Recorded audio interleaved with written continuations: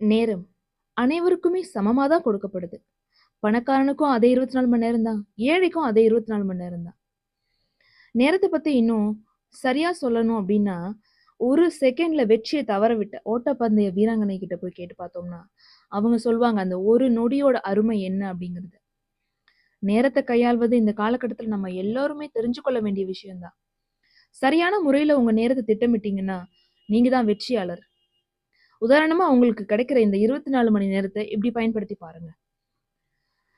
Morning எழுந்திரிச்சதும் உங்க நேரத்த உங்க அக வளர்ச்சிக்கு பயன்படுத்துங்க. தியானம், புக் படிக்கிறது, உங்க தொழில் சம்பந்தமான செய்திகள கேட்கறது, அதிகாலை நேரம் எப்பவுமே தெளிவா சிந்திக்க உதவும்.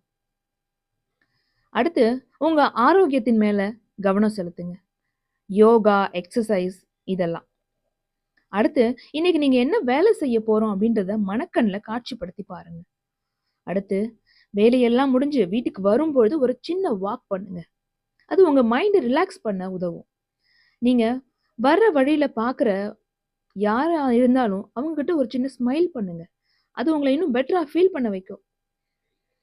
கடைசியா நீங்க தூங்க போறதுக்கு முன்னாடி இந்த நாள்ல நீங்க செஞ்ச அத்தன விஷயங்களுமே நெனச்சு பாருங்க. மனதளவுல நீங்க வெற்றியாளனாவே உணர்வீங்க. இந்த உணர்வு உங்கள இன்னும் வெற்றிய நோக்கி கொண்டு போகும்.